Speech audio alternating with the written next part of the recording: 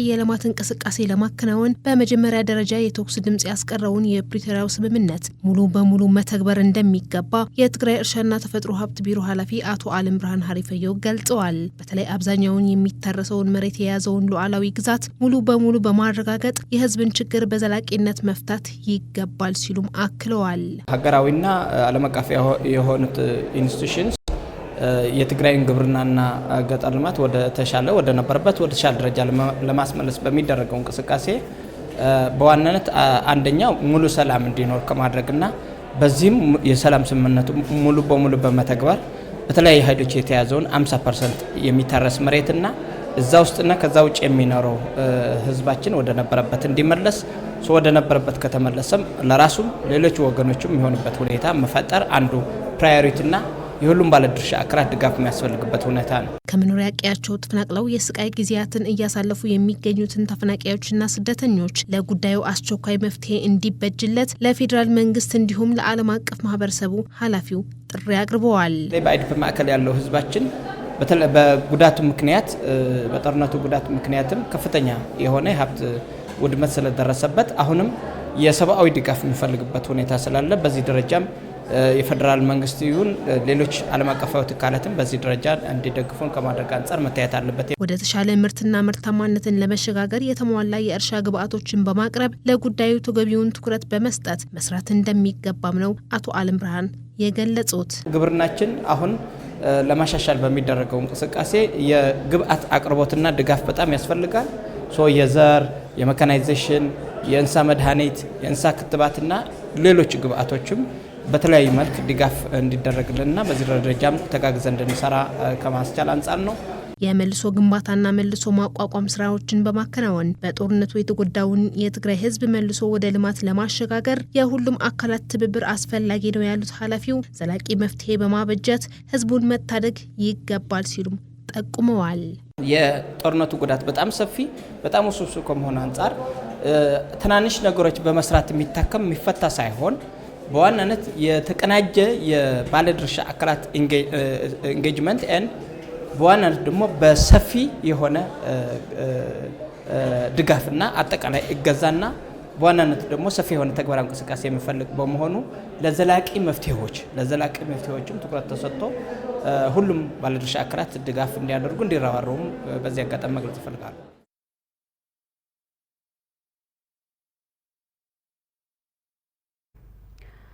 በጄኖሳይዳዊ ጦርነት ጾታዊ ጥቃት የደረሰባቸው ሴቶች ለማዳን ስነልቦናዊና ኢኮኖሚያዊ አቅማቸው የሚያጎለብቱ ስራዎች መስራት እንደሚገባ ተገለጸ። የትግራይ ሴቶች ማህበር ከተለያዩ አካላት ባገኘው ድጋፍ በሴቶች መዳን ማዕከል አድርጎ እየሰራ መሆኑንም ተመላክቷል። ረግበ ገብረትንሳኤ አውደቅ አንስቴ ትግራይ ዘይተሰርሐ ታሪክ የለን አውሽጥን ዘሎ ስብራት ስኽን ይኹን ትፈልጦ ብኹሉ መዳይ ታሲና ኢና ደቂ አንስትዮ ብምዃንና ጥራሕ ዝዘነበ መዓት እዩ አደታት ተድሕን ይኽን ትግራይ ትድሕን። በትግራይ ህዝብ ላይ በተከፈተው የዘር ማጥፋት ጦርነት ሴቶች ቀዳሚ ኢላማ ሆነው ሁሉን አቀፍ ጥቃት እንደደረሰባቸው ይታወቃል። የትግራይ ሴቶች ማህበርም ይህንን እውነታ ያረጋግጣል። አውደቅ አንስቴ ትግራይ ዘይተሰርሐ ታሪክ የለን ብኹሉ መዳይ ታሲና ኢና በትግራይ ሴቶች ላይ ያልተፈጸመ ታሪክ የለም። በሁሉም መስኮች ተጎድተናል። በአካላዊ ጉዳት ደርሶብናል። ኢኮኖሚያዊ፣ ስነልቦናዊ፣ ማህበራዊ ጉዳትም ደርሶብናል። ሌላው ቀርቶ ከጉዳት እንድናገግም እንኳን ተቋሞቻችን ፈርሰዋል። እንዳናገግም እንኳን ተቋሞቻችን ፈርሰዋል። እኛ ሴቶች በመሆናችን ምክንያት ብቻ የዘነበው ግፍ መዓት ነው። ማህበሯ ከጦርነቱ በፊት በሴቶች ኢኮኖሚያዊ ተጠቃሚነት ማሻሻል ላይ ትኩረት አድርጋ እየሰራች እንደነበር የሚያወሱት በማህበሯ የሴቶች አደረጃጀት ባለሙያ ወይዘሮ ብርቱካን በሪሁም፣ ሆኖም ግን በዘር ማጥፋት ጦርነቱ በደረሰው ጉዳት ምክንያት ግን በአሁኑ ሰዓት በሴቶች መዳን ማዕከል አድርጋ እየሰራች መሆኗን ገልጸዋል። ለውጥ የለይ ቅድም ኩናት ኣብ ልምዓት ነይሩ ደቂ አንስትዮ ሕርሻ ይሳተፋ ነይረ። ከጦርነቱ በፊት በልማት ነበር፣ በስራ ፈጠራ፣ በትምህርት እየሰራን ነበር። አሁን ግን በሴቶች ማዳን ላይ ነው እየሰራን ያለነው። 4 ማዕከላት አቋቁመን የማገገምና የስልጠና ስራዎች በመስጠት አካላዊና ስነልቦናዊ ደህንነታቸውን ተመልሰው ወደ መደበኛ ህይወታቸው እንዲመለሱ እየሰራን ነው።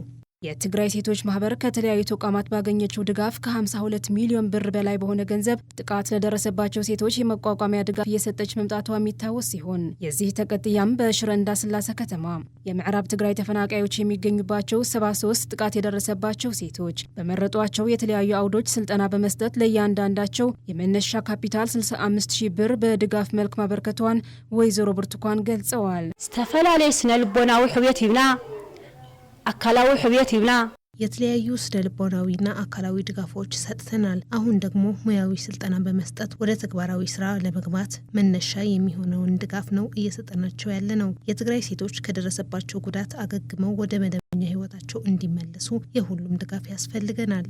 በትግራይ ሴቶች ማህበር የሴቶች ልማት ፕሮጀክት አስተባባሪ አቶ ተስፋይ ታደሰ በበኩላቸው የሴቶች መዳን የሚረጋገጠው ኢኮኖሚያዊ ተጠቃሚነታቸው በማረጋገጥ በመሆኑ በዚህ ዙሪያ መስራት እንደሚያስፈልግ ተናግረዋል።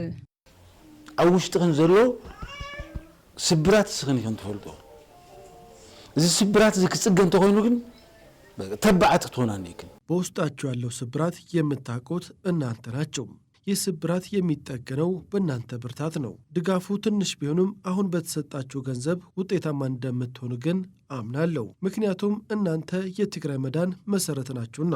የትግራይ ሴቶች ማዳን የሚረጋገጠው ኢኮኖሚያዊ ተጠቃሚነታችሁ በማሻሻል ነው። በመሆኑም በዚህ ረገድ ሁሉን አቀፍ ድጋፍ ሊደረግ ይገባል። የትግራይ ሴቶች ከደረሰባቸው ጉዳት አገግመው ወደ መደበኛ ህይወታቸው እንዲመለሱ ፍትህ ከማረጋገጥ ጀምሮ ሁሉን አቀፍ ድጋፍ ሊደረግላቸው እንደሚገባም በመድረኩ ተመላክቷል።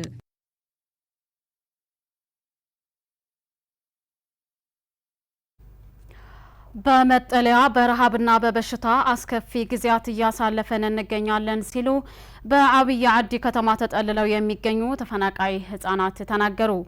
ትምህርታችን በአግባቡ እንድንማርና መሰረታዊ ፍላጎቶች እንድናገኝ በስምምነቱ መሰረት ወደ ቀያችን ልንመለስ ይገባል ሲሉም ህጻናቱ ጥሪ አቅርበዋል። ይርጋ ተክለሚካኤል በጆን ሳዳል ጦርነቱ ከመኖሪያ ቀያቸው ተፈናቅለው በየመጠለያ ጣቢያው የሚገኙ ተፈናቃይ ህጻናት በረሃብ በበሽታና ስነልቦናዊ ጉዳት አስከፊ ጊዜያት እያሳለፉ ይገኛሉ። ያነጋገርናቸው በአብይ አዲ ከተማ ተጠልለው የሚገኙ ተፈናቃይ ህጻናትም ለእድሜያችን የማይመጠንና የማይገባ ችግር እያሳለፍን እንገኛለን ብሏል። አቸንዳ ፀሐይ እናነብር በቴንዳ በፀሐይ ነው የምንኖረው። በከፍተኛ ችግር ውስጥ ነው ያለነው። ረሃብና በሽታም አለ። ስቃያችን በዝቷል። አቸንዳ እናነብር ብላዓለማይ ብታሐቲ ጭቃ በቴንዳ ውስጥ ነው እየኖርን ያለነው። በዝናብና በፀሐይ ነው እየተሰቃየን ያለ ነው። ስጋታችን በጅብ እንዳልነበላ ነው። ሕክምና የሚባል ነገር የለም። ምግብም በመሆይ ጸጋ እየታገዘን ስለሆንን ነው እንጂ እስካሁን በህይወት አንቆይም ነበር። ሸንዳናስ ልላዕ ስልተ የብልናይ ካውለ ከረምትን ሀለወት ዳስ ማይ ወቅዕሞ ይፈርስ ዛኔ ርኸዝጋ ሐጋይ ስለሆነ በመጠለያችን የሚበላ የሚጠጣ የለንም። ኬንዳችንም የተቀዳደደ ነው። ክረምት በዝናብ በጋ ደግሞ በፀሐይ ነው እየተሰቃየን ያለ ነው። ሕክምና የሚባል ስለሌለ በበሽታ እየተሰቃየን እንገኛለን። የማይታመም ሰው የለም። ትምህርታችን በአግባቡ መከታተል በሚገባን እድሜ በትምህርት ቁሳቁሶች እጥረትና በረሃብ ምክንያት እያባከነው እንገኛለን ሲሉም ተናግሯል። ሙሉ ደፍተር፣ ሙሉ ክዳን፣ ሙሉ ጫማ ሒዝና ሙሉ ደብተር፣ የትምህርት ቤት ደንብ ልብስና ሌሎች የትምህርት ቁሳቁሶች አሟልተን መማር አልቻልንም። በረሃብ እየተሰቃየ መማርም ይከብዳል። በአጠቃላይ ትምህርታችን በአግባቡ እየተከታተልን አይደለንም። ደፍተር እንደ ደብተር፣ እስክሪብቶ የመሳሰሉ የትምህርት ቁሳቁስ እጥረት አለብን። ወላጆቻችን ከየት አምጥተው ሊገዙልን ይችላሉ? ትምህርታችን በአግባቡ እየተከታተልን አይደለም። ስለሌላው ችግራችን ነው የምናስበው። ትምህርታችን መሐር ይለለና ሙሉ ትምህርት እየተማርን አይደለም። ደብተር፣ እስክሪብቶ፣ ቦርሳ የሚባሉ የትምህርት ቁሳቁሶች የለንም። እማሆይ ጸጋናት የቻለችውን ሁሉ የምታደርግልን። ችግራችን በጣም ሰፊ ነው። ትምህርታችን በአግባቡ እንድንከታተልና በሰላም እንድንኖር በስምምነቱ መሰረት ወደ ቀያችን ልንመለስ ይገባል ሲሉም ጥሪ አቅርበዋል። አድና ተመሊስና አው ምስ ወለድና ምስ ስድራና ምስ ጎራውትና ወደ ቀያችን ተመልሰን ከቤተሰቦቻችን በሰላም መኖር እንፈልጋለን። በቀያችን ትምህርታችን በአግባቡ መማር እንፈልጋለን።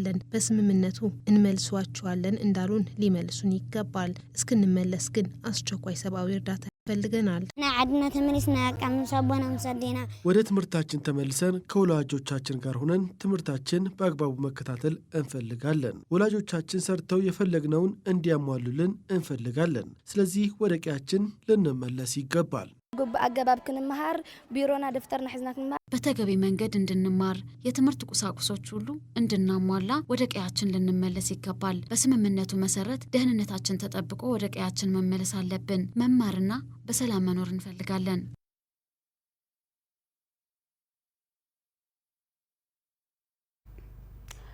የትግራይ ህዝብ ዘላቂ ሰላም ምርጫውን አድርጎ ባህላዊና ሃይማኖታዊ እሴቱን ጠብቆ ይገኛል። የትግራይ ህዝብ ዛሬም እንደ ሁል ጊዜው መሰረታዊ ጥያቄዎቹ ሳይመለስለትም ቢሆን ለዘላቂ ሰላም ዋጋ የከፈለ ሲሆን በዛሬው ዕለት በአጉላዕ ከተማና አካባቢዋ የሚከበረውን ዓመታዊ የኪዳነ ምህረት ክብረ በዓል ያሳየውን ሃይማኖታዊና ባህላዊ ክንውን ለዚህ የሰላም ፍላጎት ከበቂ በላይ ማሳያ ነው።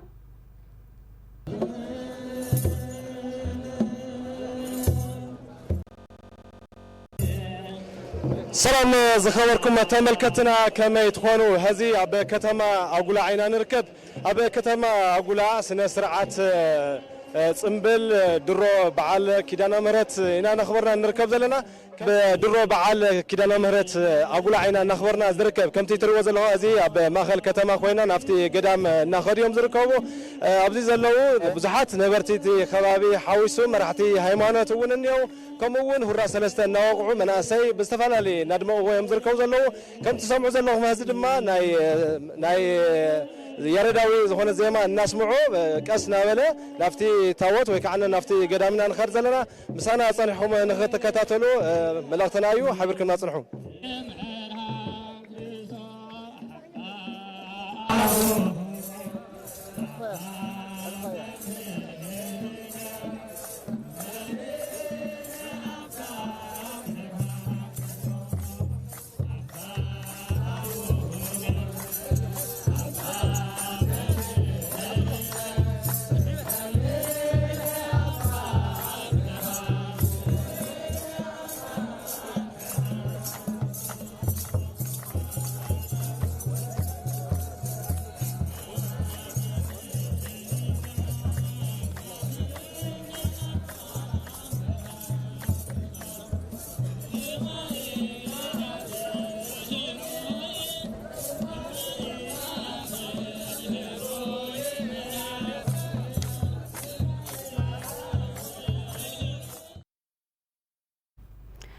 ይህ በእንዲህ እንዳለ በሌላኛው ገጽ ደግሞ ለሰላም ለተዘረጉ እጆች አጻፋ በዛሬው ዕለት የኢትዮጵያ መንግስት ለጦርነት መዘጋጀቱን የሚያሳይ ወታደራዊ ትዕይንት በአደባባይ እያስተላለፈ ውሏል። ይህም የኢትዮጵያ መንግስት ለጦርነትና ለማያባራ የዜጎችን እልቂት በግልጽ የተዘጋጀ መሆኑን የሚያረጋግጥ ተግባር ሆኗል።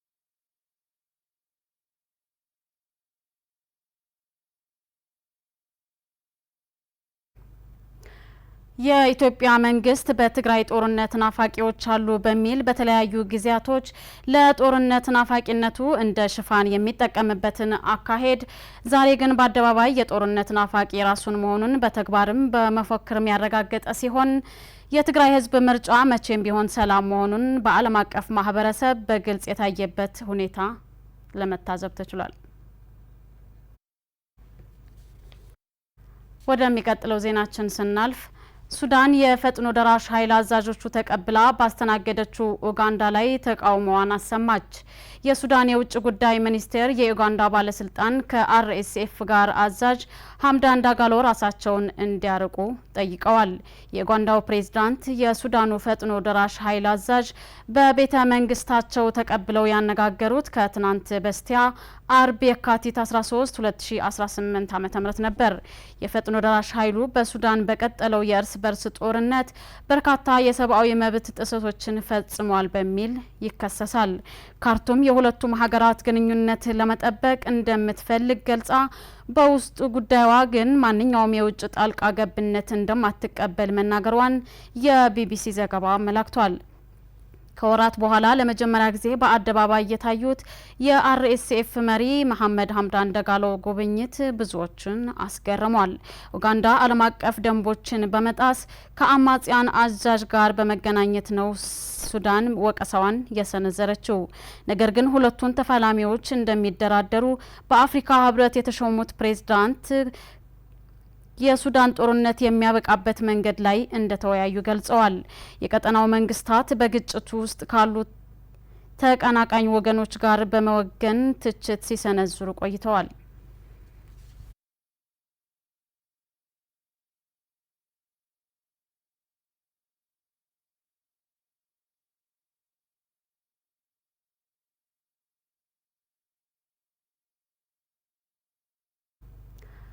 በእስራኤል የአሜሪካ አምባሳደር የሆኑት ማይክ ሀካቤ እስራኤል አብዛኛው መካከለኛው ምስራቅ የመግዛት መጽሐፍ ቅዱሳዊ መብት አላት ሲሉ ያሰሙት ንግግር በአረብና በሙስሊም ሀገራት ቁጣ መቀስቀሱን ተገለጸ። አምባሳደሩ ከአሜሪካው ወግ አጥባቂ ታከር ካርሰን ጋር ባደረጉት ቃለ ምልልስ እስራኤል መካከለኛውን ምስራቅ የሚከልለውን መሬት የመያዝ መብት እንዳላት ተጠይቋል። ሁሉንም ቢወስዱት መጽሐፍ ቅዱሳዊ መብት አላቸው በማለት አምባሳደር ሀክቤ መልሰዋል። ሆኖም ያሉት አምባሳደሩ እስራኤል ከግዛቷ የመስፋፋት ፍላጎት እንደሌላትና አሁንም የያዘችውን መሬት ደህንነት የመጠበቅ መብት አላት ማለታቸውን ዘጋርዲያን ዘግቧል። የአምባሳደሩ አስተያየት ከጎረቤት ግብጽና ዮርዳኖስ ጀምሮ በሳውዲ አረቢያ፣ ኩዌት፣ ኦማንና በእስላሚክ ትብብር ድርጅትና የአረብ ሊግ በኩል ከፍተኛ ተቃውሞ አስነስቷል። ከእስራኤልም ሆነ ከአሜሪካ ወዲያው አስተያየት አልተሰጠም። ከ1948 ምስረታዋ በኋላ እስራኤል ከአረብ ሀገራት ጋር የምትጋራቸው ደንበሮች በጦርነቶችና በተኩስ አቁም ስምምነት ሰበቦች ግዛቶችን በመጠቅለልና ስፍራዎችን በመገንባት ተቀያይሯል።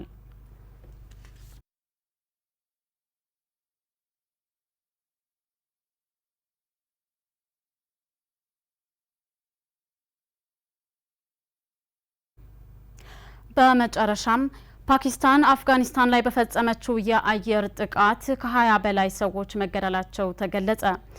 ከፓኪስታን አካባቢ በተፈጸመው ጥቃት መኖሪያ ቤቶችና ሃይማኖታዊ ትምህርት ቤቶችም ደብድባለች። በዚህም በርካቶች ተገድለዋል፣ ቆስለዋል ሲል የአፍጋኒስታን መከላከያ ወቅሷል። እስካሁንም ህይወታቸውን ያጡ ሰዎች ቁጥር በትክክል ማወቅ እንዳልተቻለም ከአካባቢው የሚመጡ መረጃዎች ይጠቁማሉ። በጎረቤታሞች ሀገራት መካከል ተደርጎ የነበረውን ተኩስ አቁም የሚያፈርስ ድርጊት ሆኗል።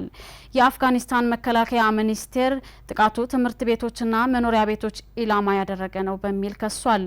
የፓኪስታን መከላከያ ሚኒስቴር በበኩሉ በቅርቡ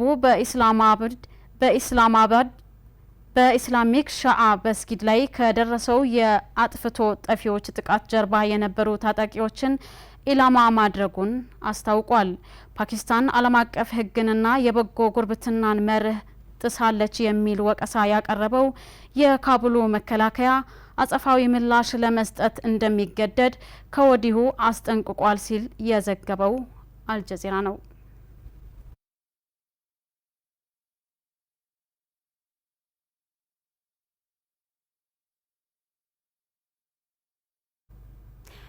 የምሽት ዜናዎቻችን በዚያ በቃን። መልካም ምሽት።